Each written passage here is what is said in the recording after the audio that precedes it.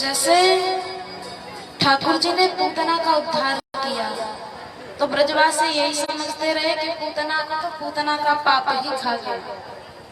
यमलार्जुन का उद्धार किया तो ब्रजवासी यही समझते रहे कि उखल के अटक जाने से दोनों वृक्ष धराशायी हो गए। सकट का भंजन किया तो मैया यशोदा ने यही सोचा कि देखो सकटासुर मेरे लाला को मारने की इच्छा से आया था, उसका पाप उसे खा गया, वो अपने आप मर गया। ठाकुर जी ने जब कालिया का मर्दन किया उसके फण पर ठाकुर जी जब नृत्य किए, तांडव गति से प्रभु ने नृत्य किया, तांडव गति मुंडन पर नाचत गिरधारी। तो जब ठाकुर जी ने उसके फणों पर नृत्य किया तब भी ब्रजवासी यही समझते रहे कि इसमें लाला की करामात नहीं, समय की प्रधानता है। और ऐसा नहीं है कि ठाकुर जी ने ब्रज में ऐश्वर्यमयी लीलाएं नहीं की हैं। आगे आप श्रवण करेंगे कि 7 वर्ष के कन्हैया ने 7 कोस के गिरिराज जी को 7 वर्ष की अवस्था में 7 दिन रात्रि तक अपनी कनिष्ठिका पर कैसे धारण किए रहे। और जब ब्रजवासियों ने पूछा कि लाला तूने गिरिराज को कैसे उठा लिया, तो कन्हैया ने यही कहा, कछु माखन को बल बढ़्यो, कछु गोपन करी सहाय, श्री राधे जो की कृपा गिरिवर लिए उठा। क्या कहा कि मैया अरे ब्रजवासियों इसमें मेरा बल थोड़ी है, आप लोगों ने जो माखन खिलाया है उस माखन का बल है। कछु गोपन करी सहाय, कभी हमारे गिरिराज जी के दर्शन के लिए जाना नारायण, तो गिरिराज जी की बड़ी सुंदर छवि है और वहाँ छवि में देखने के लिए भी मिलता है कि जो भी ठाकुर जी के ग्वालवाल सखा मंडली थी और जो भी बूढ़े बूढ़े गोपराज थे तो सब गिरिराज पर्वत में अपनी अपनी लाठी को लगाए हुए हैं और बीच में मेरा कन्हैया छोटा सा है, अपनी उंगली को लगाए हुए है।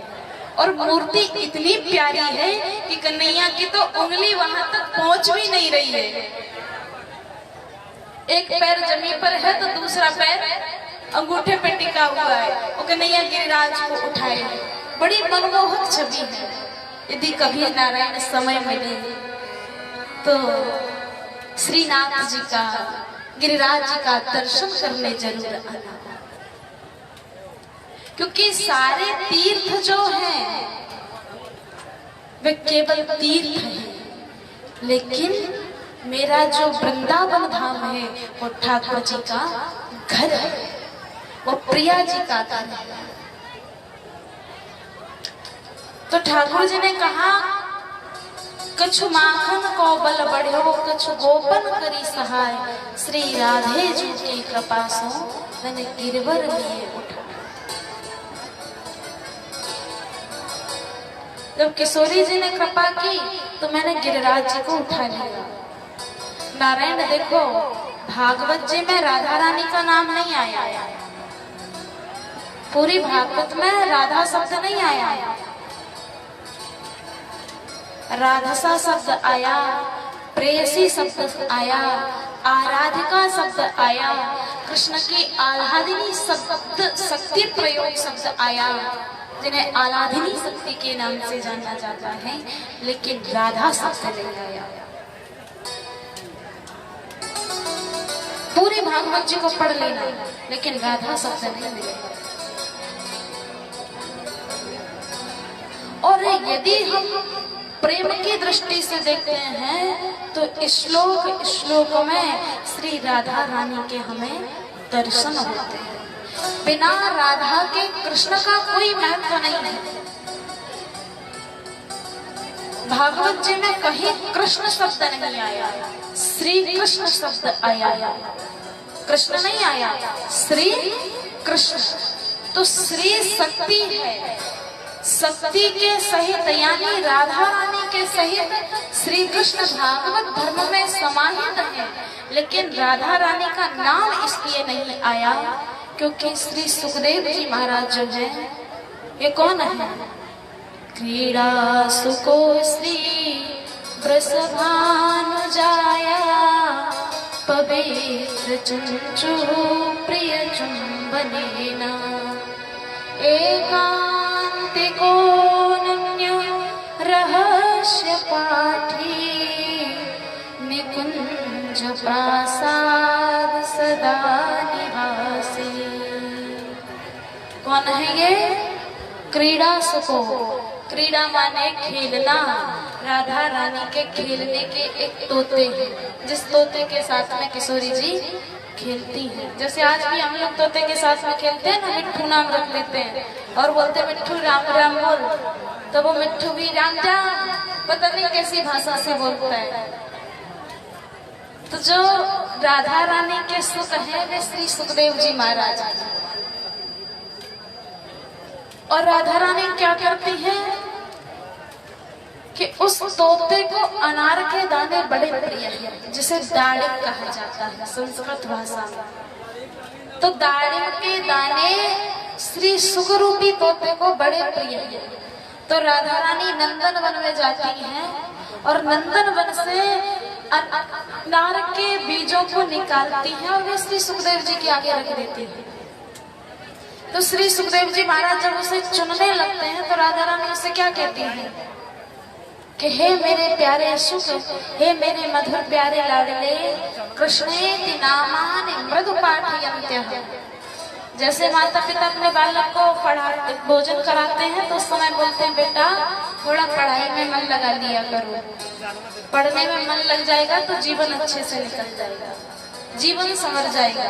तो वही राधा रानी रूपी माँ अपने सुख रूपी बच्चे को जब भोजन करा रही हैं तो उसे पढ़ा रही हैं क्या? कृष्णेति नामानि मृदु पाठयन्त्यः। हे बेटा तू कृष्ण कृष्ण कृष्ण कृष्ण नाम का पाठ पढ़। तो वो तोता भी अपनी नुकीली चंचू से बोलता है कृष्ण कृष्ण कृष्ण। तो राधा रानी एकदम प्रेम में सराबोर हो जाती है, भाव से भर जाती है। और फिर वे क्या करती हैं? पवित्र चंचु प्रिय चुंबनेन, उस तोते की चंचू का स्पर्श करके अपने कर्पूरक का भी स्वयं चुंबन कर लेती है और अपनी हथेली को चूम करके वे तोते की चोंच से लगा देती है। तो फिर क्या था? राधा रानी के अंदर जितना कृष्ण प्रेम समाहित था वो सारा कृष्ण प्रेम उस तोते के अंदर आ जाता है। राधा रानी तो वहां से चली गई और नंदन वन में जाकर के वे बैठ करके थोड़ी उदास हो गई, आंखों में अश्रु है। तो श्री सुखदेव जी महाराज वहां पहुंचे और पूछा मैया तुम्हारी आंखों में अश्रु क्यों है, तुम क्यों रो रही हो? तब उन्होंने कहा लाला मेरे रोने का कारण कोई और नहीं, कृष्ण मुझसे बहुत प्रेम करते हैं तो मुझे किस चीज की जरूरत है, लेकिन मैं संसार की माँ, इन मर्त्यलोक के प्राणियों पर मुझे दया आ रही है।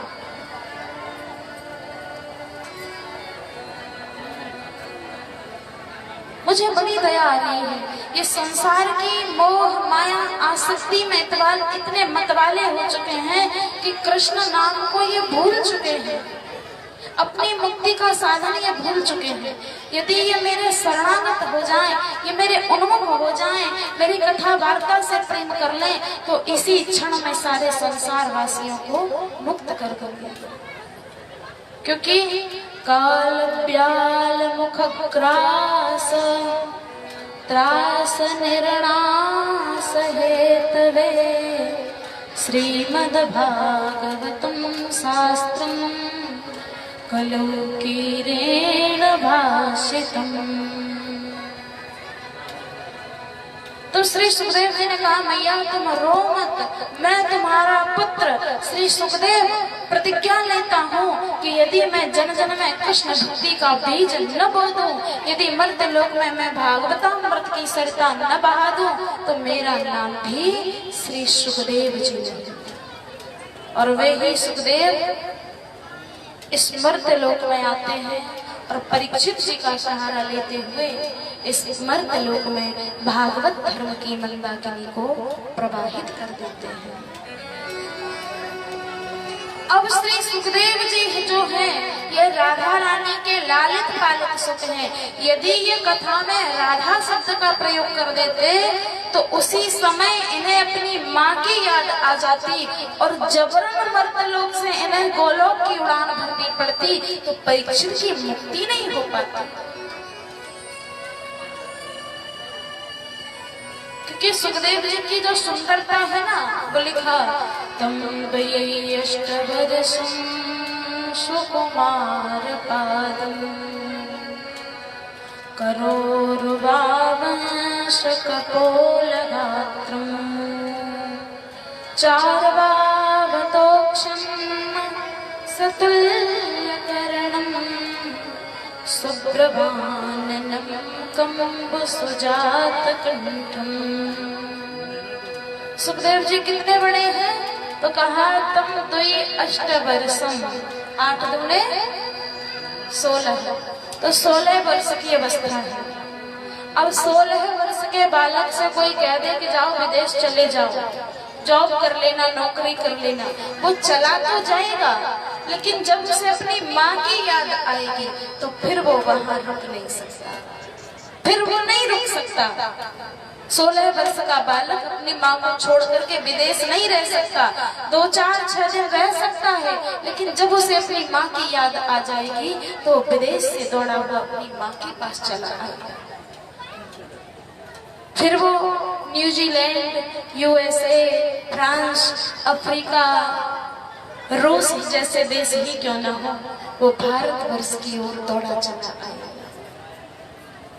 तो इसीलिए श्री सुखदेव जी महाराज ने राधा नाम नहीं लिया, क्योंकि कहीं मुझे अपनी माँ की याद आ जाए। राधा शब्द भागवत जी में छुपा हुआ है। श्री माने शक्ति और कृष्ण माने श्याम सुंदर। श्री यानी शक्ति सहित श्याम सुंदर के श्री चरणों में हम और आप प्रणाम करते हैं। राधा और कृष्ण में कोई अंतर नहीं है। जहाँ कृष्ण साड़ी पहन ले, बिंदी लगा ले, चूड़ी पहन ले, तो वे राधा बन जाती है, और जहाँ वे राधा रानी मुरली लेकर के पीतांबर को धारण करके त्रिभंग ललित छवि से खड़ी हो जाएं, तो वे श्याम सुंदर बन जाती है। कोई अंतर नहीं। गिरा अरथ जल बीच सम कहिए तो भिन्न न भिन्न। जैसे वाणी और वाणी के अर्थ में कोई अंतर नहीं है, वैसे ही राधा और कृष्ण में कोई अंतर नहीं है। दूध और दूध की सफेदी में कोई अंतर नहीं है, वैसे ही राधा और कृष्ण में कोई अंतर नहीं है। सूर्य और सूर्य की रोशनी में कोई अंतर नहीं है, वैसे ही राधा और कृष्ण में कोई अंतर नहीं है।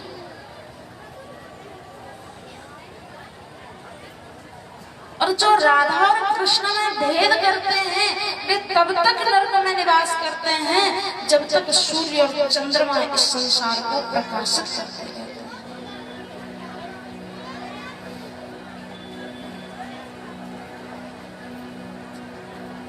कोई अंतर नहीं है राधा कृष्ण।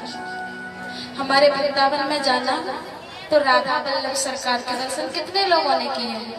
यहाँ से 2-4 भक्त तो गए ही होंगे। कितने भक्तों ने राधा वल्लभ सरकार के दर्शन किए?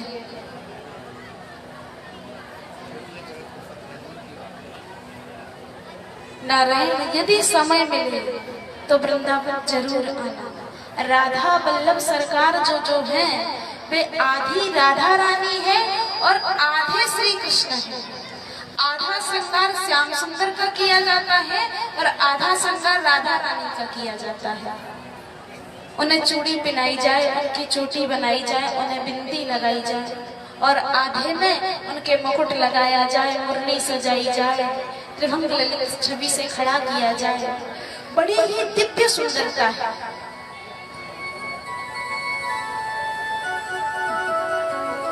देखने योग्य है।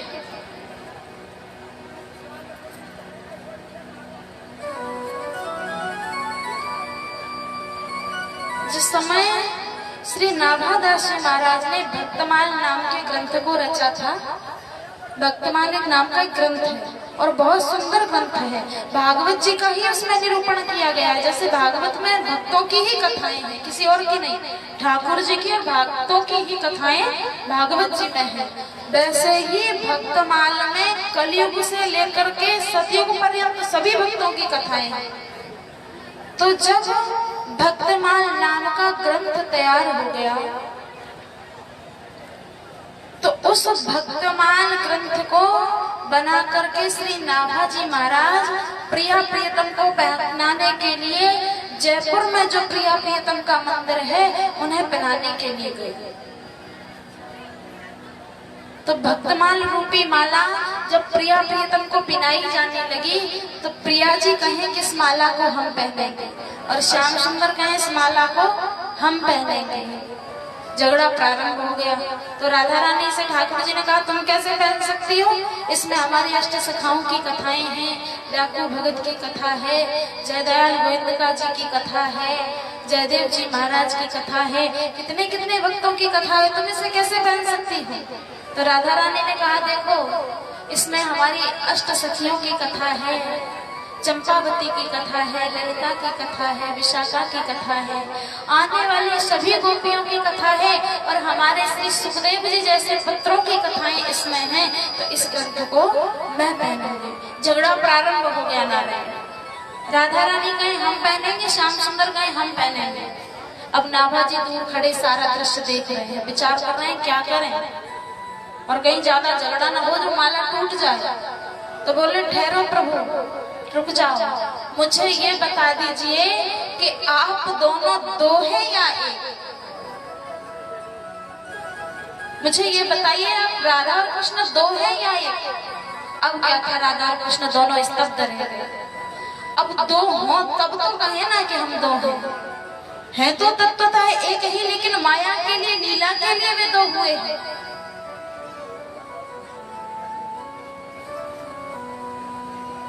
फिर क्या था, जैसे ही वे चुप हुए तो तुरंत नाभाजी महाराज ने अपनी भक्तमाल माला को उठा करके प्रिया प्रियतम के गले में पिना दिया।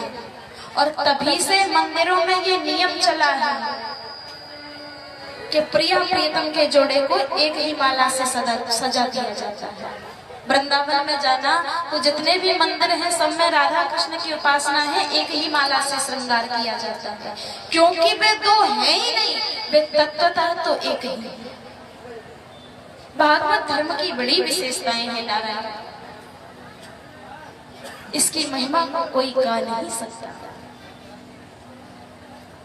प्रेम से ही वो परमात्मा समझ में आ सकता है। तो सुबह की पावन कथा में हम और आप लोगों ने जो मंगलमयी माधुर्यमयी लीलाओं को श्रवण किया, तो उसमें जो काल्य की कथा आई है उसका यही सार है कि हम अपनी यमुना महारानी को शुद्ध रखें। कैसा रखें? शुद्ध रखें, नदियों को स्वच्छ रखें, पवित्र रखें, उसमें किसी भी प्रकार की गंदगी न आने पाए। यमुना का जल सुमृष्टा कैसा है? मीठा। लेकिन आज के युग में वे यमुना जी आचमन करने योग्य तक नहीं रह गए, क्योंकि दिल्ली का जितना गंदा पानी निकल रहा है वो सब गंदा पानी हमारी यमुना जी में छोड़ दिया गया है। आगरा में जितने गंदे नाले हैं सबको गंगा जी में निकास दे, यमुना जी में निकास दे दिया गया। यमुना जी का जल पीने योग्य तो क्या छूने योग्य तक नहीं रह गया है।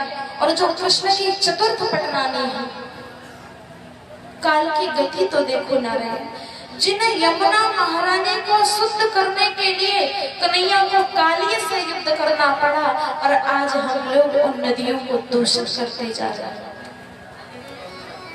यदि झांकी है तो बुला दीजिए, काली की झांकी है तो बुला दीजिए।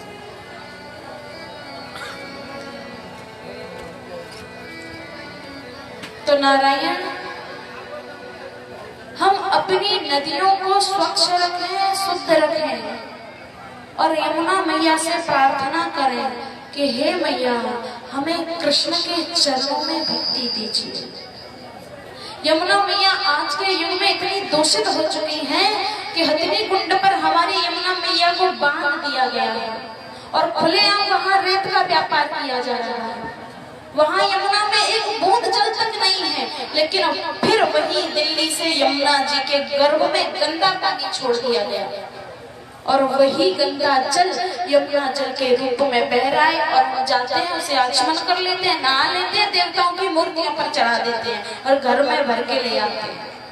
तो नारायण विचार पूर्वक कार्य करें और अपने यमुना महारानी को शुद्ध रखने के लिए मन ही मन संकल्प करें कि हे मैया, हम आप में गंदगी नहीं करेंगे। हम यदि उनकी रक्षा नहीं कर सकते तो उन्हें दूषित करने का भी हमारा अधिकार नहीं है।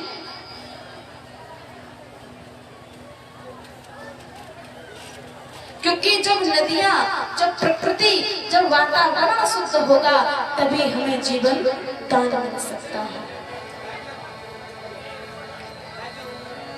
काली बह पे खेल